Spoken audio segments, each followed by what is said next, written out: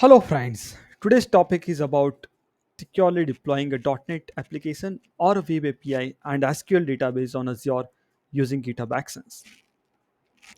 Just similar to any architectural problem or a software engineering project, we first need to design a solution and then implement it. In order to design a solution, we first need to understand the scope and the requirements. Let's try to break this goal into high level requirements. Obviously, we need to implement a continuous deployment pipeline or workflow in GitHub Action to deploy the artifacts in Azure.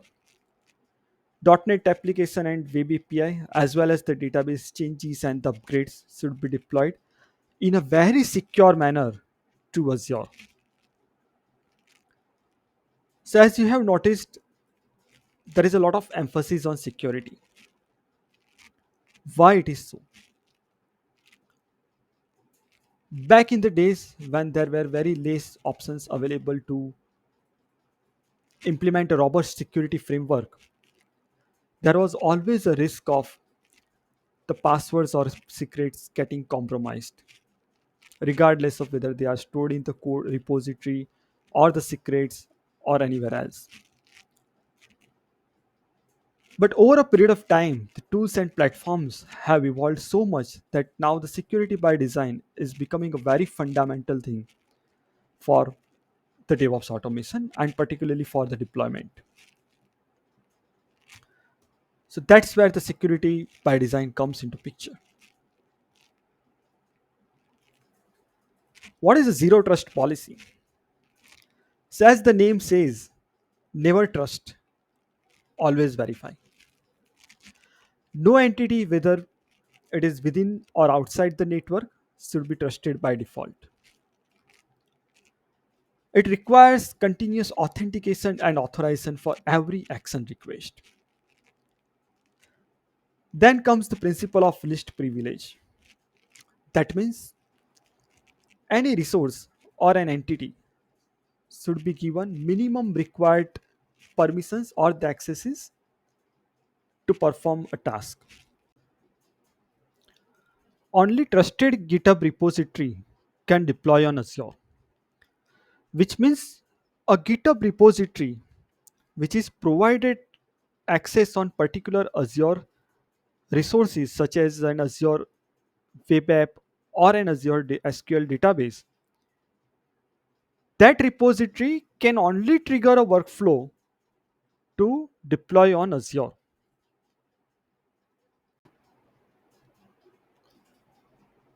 And in order to achieve that, there is a very modern approach where the authentication and authorization happens through the federated identities. And there is no need of creating and maintaining storing the passwords and the secrets. We'll see this in more detail when we discuss the design part. On the database front, the database shouldn't be accessible outside the private network. But when we need to access the database in our GitHub action or workflow, then the access should be given just for a particular task, and the access should be revoked once the task is completed, whether it's successful or failed. The last point is not related to the deployment, it is more to do with the networking and infrastructure, but it is still very much important that the database can be connected by applications within a particular virtual network or a private network. I hope this all makes sense. Before we do a deep dive into the design, let us first see the technologies and the tooling, because our key design choices and decisions are based on the technologies and the tooling. So as mentioned in the problem statement, the tech stack is .NET. .NET Web API project is there. it is using entity framework core for the DB operations, and it's following the code first approach. SQL Server is our RDBMS database, and Azure is our cloud platform. There are also certain prerequisite which needs to be there before we actually work on the design and the implementation. Azure subscription, very obvious. Azure App Service Plan, particularly B1 or above, and a web app. Why B1? Because if you have a shared plan, then there will be certain security features which you will not be able to use. We need Azure SQL server and the database, Microsoft Entra ID for the authentication and also for creating service principals and the federated identities, GitHub repository, and in order to perform the changes over all these resources, you also need to have the necessary or the required permissions over these resources.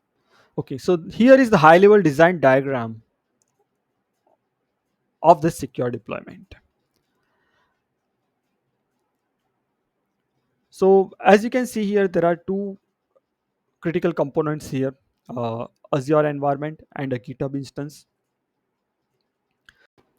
So let's first focus on the Azure resources. So within my Azure resource group, I have a web application which is hosted within the Azure App Service Plan, and there also exists an Azure SQL database. And our GitHub action or workflow will deploy the artifacts on Azure Web App, and it will perform the database migration on Azure SQL database. In my Entra ID, I have created two service principals or app registrations, web deploy and DB migration. Web deploy is allowed to deploy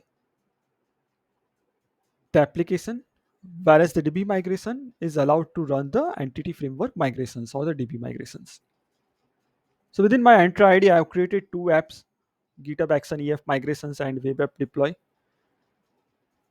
Now, if I just go into one particular app, and both of them are set up in a similar way, but I just wanted to show you the federated credentials. So I've created one federated credentials here, and that if I go into the detail of the federated credentials, so this is how I've configured my federated credential.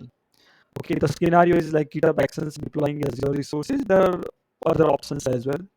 Uh, for this particular scenario, I also need to provide the organization name, which can be an org name if it is a company account on GitHub, or it can be an individual name. The repository, the name of the repository, this is very case sensitive, so make sure that you consider the case sensitivity here. The entity type, it can be branch, pull request, or an environment or a tag, and the name of the branch.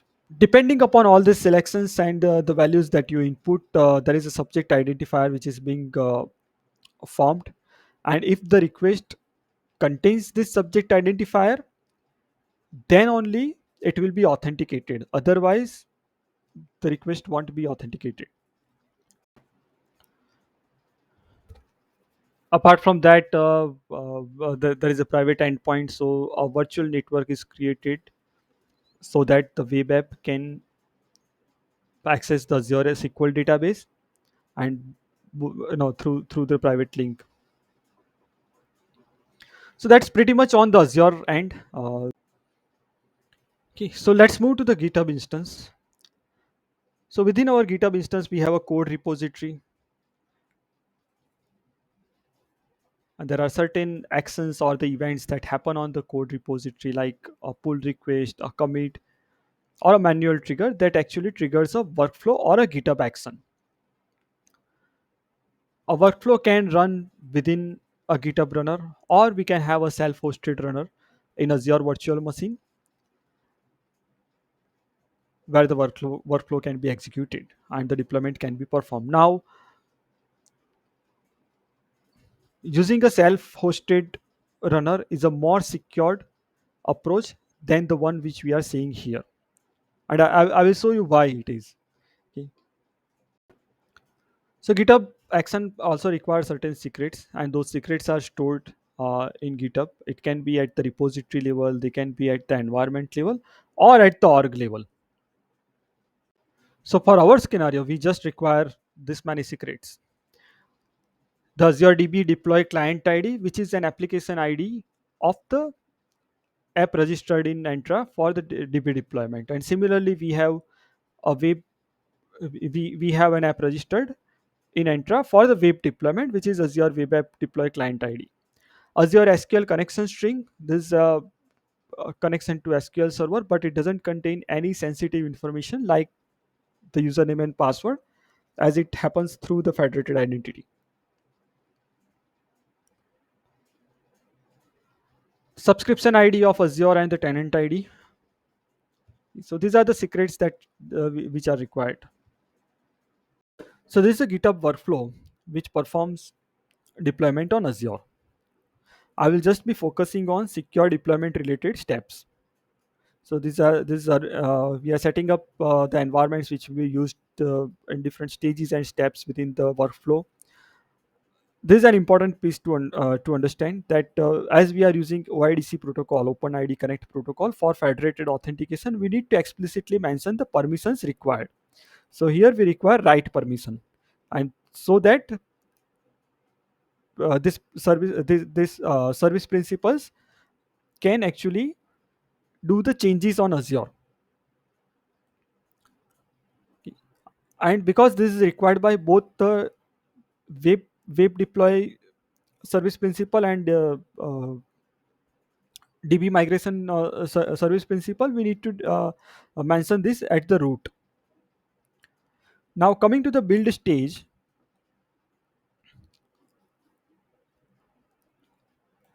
this is where we are performing the entity framework or the database migration. So that's where the EF core tool is being executed and the migrations are being performed. But as we discussed earlier, the Azure SQL database is accessible only within the private network.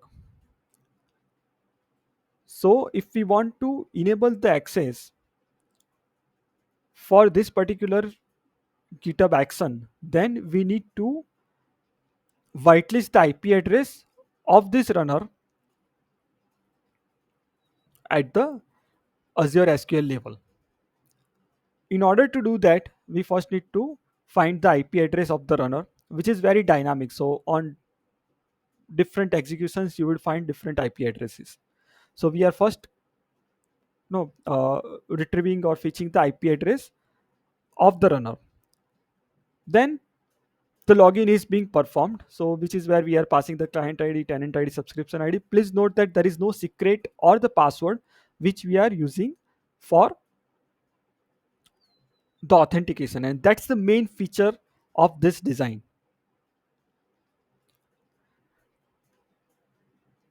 Now we are whitelisting the IP at the Azure level, so that this workflow can access the Azure SQL server. So this is the step where the whitelisting of IP is being performed. In the next step, we are applying the entity framework migration so that the database is getting updated. Once the database is updated, then we are removing the firewall rule. That means this IP address is now losing the access on Azure SQL. So that revoke process is being performed irrespective to whether the previous step, which is a EF migration, is successful or not. Okay, so these are the main things that you need to consider in the build stage. Now coming to the deploy step, which is where the application is actually deployed on the Azure web app. So here we also need to perform the login. Now this time with a different client ID of an app that or a service principal that we created dedicatedly for the web deployment. So similar to the previous stage, we are performing the login with a different client ID, and then the deployment is being performed. So this is how the secure deployment pipeline is created, and these are the security features implemented. So that's all I wanted to cover in today's session, and this is how we can design the secure deployment workflow or action. Now there is one question. Can we say this is 100% secure or the most secure implementation for this scenario? I would say no. There is one caveat here. Remember, we discussed there are two types of runners. One is a GitHub runner, and the second one is a self hosted runner. Now, this implementation has considered a GitHub runner. For a fraction of time, we had to open a firewall for runner's IP address so that the EF migrations could be performed. And this is standard practice and very minimum attack surface. But yes, if you have self-hosted runner, then that's the most secure way to implement. Having said that, we come to the end of this session. I hope you liked the video. Feel free to ask any thought-provoking or challenging scenarios or the questions in the comments, and I would be happy to answer and address them. If you liked the video, please hit like and subscribe the channel. Thank you.